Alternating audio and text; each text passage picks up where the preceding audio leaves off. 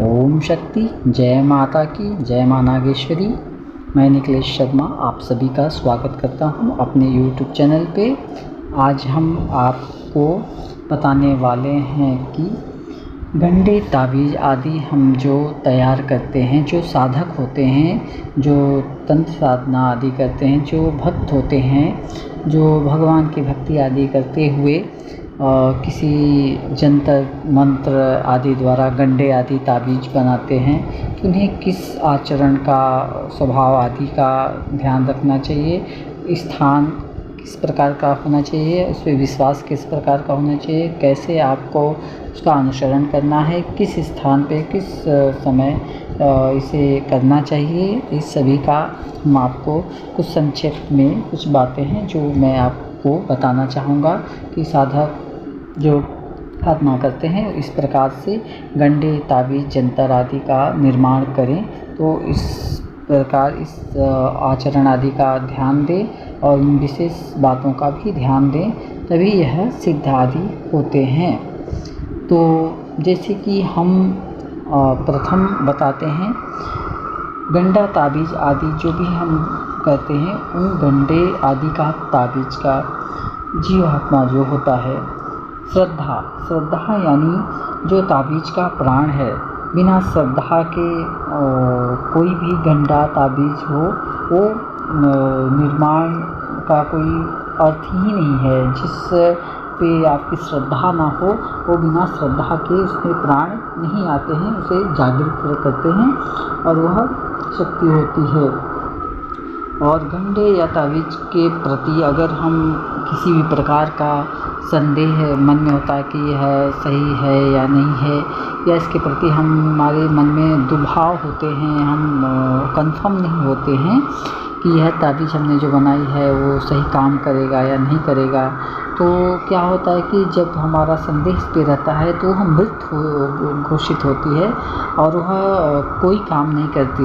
और जहाँ हमारी श्रद्धा, विश्वास आदि अटल हैं, श्रद्धा भक्ति से हम जो जंतर, गंडे, गांठ मार के आदि जो बनाते हैं, जो किसी को झाड़ा या कुछ देते करते हैं श्रद्धा से, तो श्रद्धा जो होती है हमारे प्राण फूंक देती है उस जंतर, ताबीज़, गंडे आदि में या झाड़े देने पर। तो इस पे हमें संदेह नहीं करना है, श्रद्धापूर्वक विश्वास से करना है।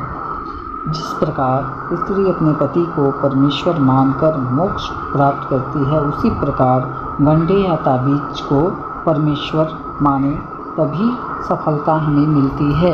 यदि हम उससे ईश्वर या ईश्वर का कोई अंश ना मानेंगे तो वह मात्र वस्तु और धागा आदि ही होते हैं। इसके लिए हमें उस पर पूर्ण विश्वास कि हमने जो धागा है, गांठ है, उसे मारी है, जो गंडे को तैयार किया है अपनी भक्ति, श्रद्धा आदि से, विश्वास से, उससे यह काम करेगा, इस पे विश्वास रहता है कि यह शक्ति है, इसमें शक्ति का संचार है और यह कार्य करेगा, तो तभी वह चीज़ें कार्य करती हैं। और गंडा जो गांठ बांधने की जो ताबीज़ आदि हम जो सिद्ध करने की काल मन को जो करते हैं, जो हम अपने मन में परमात्मा को यह सब गांठ मार के समर्पित कर देते हैं, हम श्रद्धा से, भक्ति से किसी धागे में भगवान के नाम से या किन्हीं मंत्रों से गांठ मारने की प्रक्रिया होती है। गंडे में गांठ मारते हैं, एक एक गांठ पे भगवान का नाम या मंत्रों को जब के श्रद्धा विश्वास से कहते हैं कि यह गंडा भगवान का आशीर्वाद स्वरूप है और इसमें हमारी प्रेरणा आदि से इसमें वह प्राण फूंक दिया जाता है, जिससे वो जागृत होती है और वह कार्य को सिद्ध करती है और हमारी रक्षा करती है।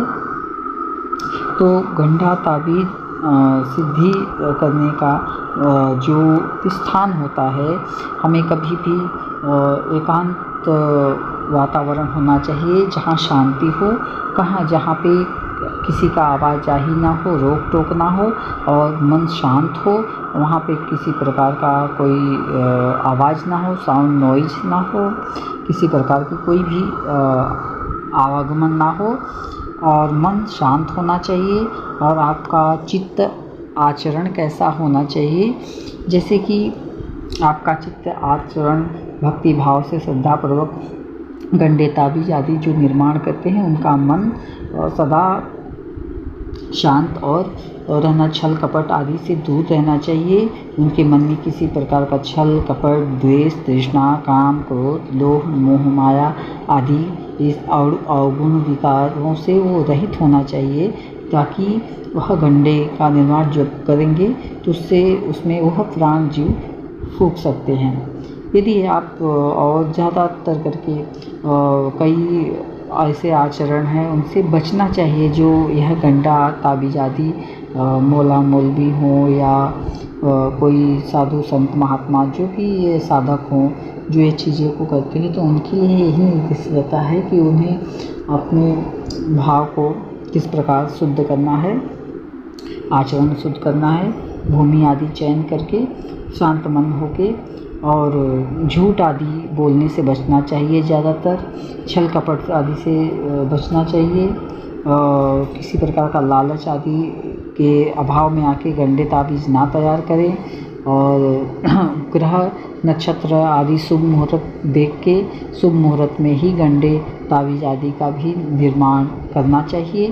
शांत मन से, भक्ति भाव श्रद्धा से मन को शांत करके प्रेम पूर्वक उसे बनाना करना चाहिए, और उस पर आपका पूर्ण विश्वास होना चाहिए कि हमारे इष्ट देवी देवता की कृपा से हम जो बना रहे उसमें इनका आशीर्वाद स्वरूप है, और इस प्रकार से आप इनका करें। और इसमें ध्यान साधना से ही सब कुछ इसमें जीवन शैली आती है। गंडा आदि तैयार करने वाले साधक को अपने इष्ट पर भी पूर्ण विश्वास करके अपना सारा कर्म इष्ट देव या देवी को समर्पित कर देना चाहिए, और उनसे अपने हृदय को उज्जवल करते हुए अपनी सच्ची मन भावना से भगवान ईश्वर को कहना चाहिए कि हे भगवान, हे ईश्वर, मैं तो आपके हाथ की कठपुतली हूँ, माध्यम मात्र हूँ, सर्वस्व आपका है, सर्व आप ही करते हो, आपके द्वारा ही सब कुछ हो रहा है, मैं इसमें कुछ नहीं कर रहा हूँ, मेरा श्रद्धा और विश्वास ही आपके प्रति है, वही यह शक्ति है, यही शक्ति या ऋषि श्रद्धा भक्ति के बल से मैं यह कार्य कर रहा हूँ, और ये आपके द्वारा हो रहा है, मैं माध्यम मात्र हूँ, और आपकी कृपा आदि से यह महान ईश्वरीय कार्य कर रहा हूँ। हे परमेश्वर, हे ईश्वर, हे भगवान, हमें आप इस कार्य में सफलता प्रदान करें, आपकी इच्छा अनुसार करते हैं, और इसमें मान सम्मान, यश अपयश, जस विजय आदि देना करना सब आपके हाथ में है। और इस प्रकार से आपको भावना करनी कि हम जो भी कर रहे हैं आप हमें यश दे या कीर्ति दे या अपयश दे या हमें लाभ दे या हानि दे, जो भी है हम कर रहे हैं आपकी कृपा से, आप ही हमें इसका सब जो भी है आप दें और करें। ऐसे भावना विचार करके आपको, और परमेश्वर को प्रेम से पाया जाता है, तर्क या बुद्धि से ईश्वर कदापि नहीं मिलते, इसलिए तर्क से दूर रहकर ही ताबीज गंडे आदि का निर्माण करें। आप तर्क वितर्क करेंगे तो भगवान या ईश्वर आपको कहीं नहीं मिलेंगे, आपको किसी प्रकार से नहीं प्राप्त होंगे। आप ईश्वर को पाने के लिए इन सभी तर्क वितर्क से दूर होना रहता है। वह ईश्वर है, वो तर्क से वितर्क से आप उसे परख नहीं सकते, ना ही उसे मिल सकते हैं, ना ही उसे छू सकते हैं, ना ही महसूस कर सकते हैं। जब आप श्रद्धा भाव भक्ति से उसके शरणागत होगे तब आप उसे महसूस करोगे, आप उसकी लीलाओं को समझोगे, सब कुछ उसके बारे में थोड़ा थोड़ा जो भी होगा, जितनी योग्यता आप में आएगी उन योग्यताओं के अनुसार आप उसे जान सकेंगे। जिस प्रकार वायर होता है, वायर में करंट होता है पर दिखता नहीं, जब बल्ब लगाते हैं बल्ब जलती है तब मालूम पड़ता है कि लाइट है या नहीं है। तो उसके लिए भी वायर, यदि जिसे लाइट के बारे में नहीं पता है वह मूर्खवश यदि उसे छू देता है तो उसकी मृत्यु भी हो जाती है, वो हानिकारक होता है।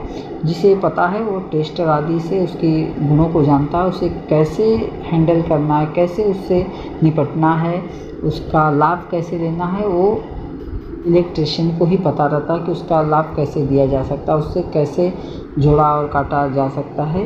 तो अनाड़ी जो रहते हैं उसके बारे में नहीं पता चलता और छू देते हैं और उन्हें हानि पहुंच जाती है।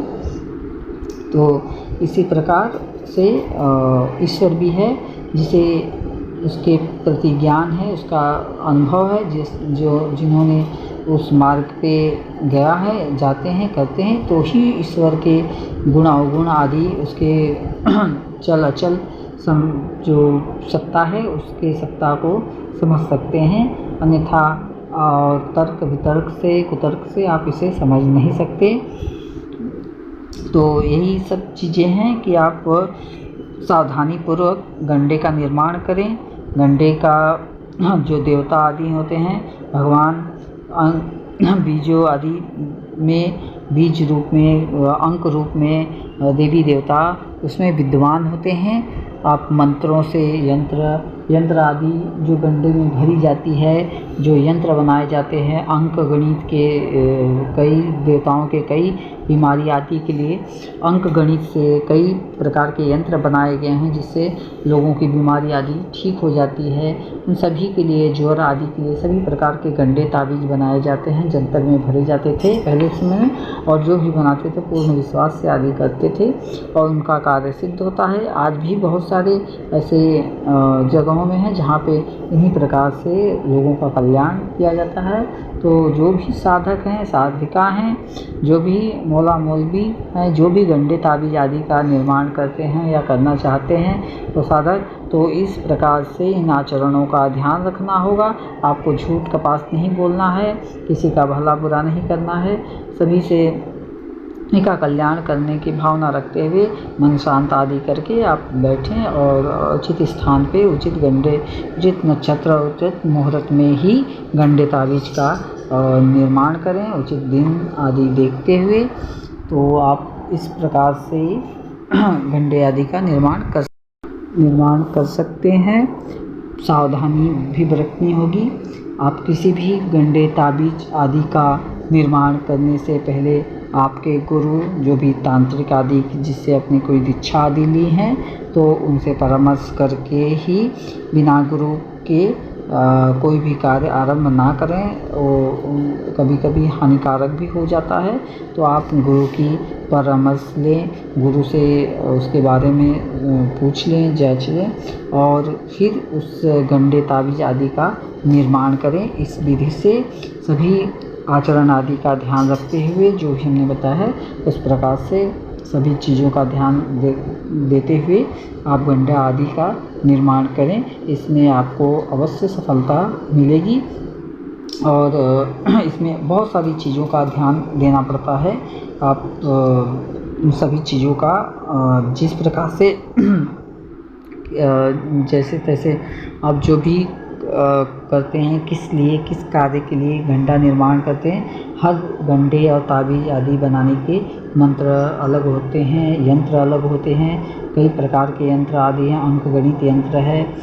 तो उन सभी की प्रक्रिया, विधि विधान रहता है। तो आप जिस विधि विधान से करते हैं तो उस प्रकार से करें। और यह जो निर्देश है, ये सभी जो भी तंत्र मंत्र आदि सीखते हैं, नए हैं, कहते हैं, जिन्हें ज्ञान नहीं है, पता नहीं है, तो उन साधकों के लिए यह बातें ध्यान में रखना चाहिए। नए साधक जो हैं कि हमें किस प्रकार का आचरण करना चाहिए, कैसे रहना चाहिए, हमारा दिनचर्या कैसा है, हमें किस प्रकार का स्वभाव आदि का अनुसरण करना चाहिए।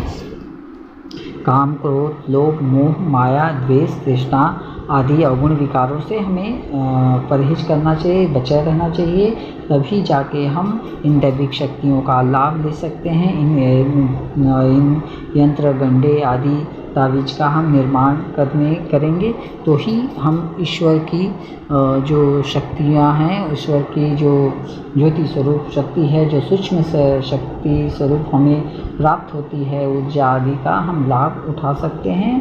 तो आशा करते हैं कि आप सभी को यह जानकारी पसंद आई हो और नए साधक हैं उन्हें यह आचरण अपनाना ही चाहिए, अन्यथा उन्हें कोई भी नए साधकों में किसी प्रकार का सफलता नहीं मिलेगी, क्योंकि ईश्वर जब देखता है कि जो पात्र साफ, स्वच्छ, निर्मल, कोमल, पावन रहता है उसी में कुछ डालेगा। जैसे उदाहरण के तौर पे एक आप बाज़ार से या गाय का दूध लाते हैं तो उसे साफ स्वच्छ बर्तन में ही दूध को डालेंगे। कोई भी कीमती चीज़ हो आप अच्छे पात्र में ही रखना चाहेंगे, उसे व्यर्थ में नष्ट करना नहीं चाहेंगे। तो यदि दूध आपका पात्र साफ़ नहीं है, उसमें थोड़ी भी गंदगी या कुछ हो गई रहेगी, तो उस पात्र में डाला हुआ दूध फट जाएगा और फटा दूध किसी काम का नहीं होता है। उसी प्रकार ईश्वर भी जो भी साधक होते हैं, भक्त होते हैं, उन साधक और भक्तों को भगवान अपने द्वारा उन्हें चिन्हित करते हैं और उन्हें धोते हैं, क्लीन करते हैं, उनकी सफाई करते हैं, उनके अंदर से सारे मैले कुचले आदि विचारों को निकाल कर स्वच्छ कर देते हैं। जब देखते हैं कि अब यह दूध डालने योग्य है, तभी उसमें जल पात आदि जो भी ईश्वर द्वारा दिया जाता है, शक्ति आदि वो डालते हैं, देते हैं। अन्यथा ईश्वर कोई भी ऐसी वस्तु किसी को दे के कोई चीज़ें नष्ट नहीं करना चाहे, क्योंकि जिस पात्र में रखेंगे वो पात्र भी खराब हो जाएगा, वो दूध भी खराब हो जाएगा। तो पात्र खराब नहीं करना है। ईश्वर की कृपा से सभी का कल्याण हो और हम आशा करते हैं कि आप सभी को यह जानकारी पसंद आई होगी। और यदि आपको और कुछ इसके बारे में जानना है तो आप हमें से पूछ सकते हैं और हमारे इस चैनल को ज़्यादा से ज़्यादा लोगों तक शेयर करें, लाइक करें, सब्सक्राइब करें। ओम शक्ति। जय माँ नागेश्वरी, जय माँ नागल, जय माँ चामुंड। ओम शक्ति। माता रानी सभी का कल्याण करे, सबका अच्छा हो, सबका भला हो, सबका कल्याण हो, सबको सद्बुद्धि, सद्भावना, सद्विचार दे। ओम शक्ति। जय माता।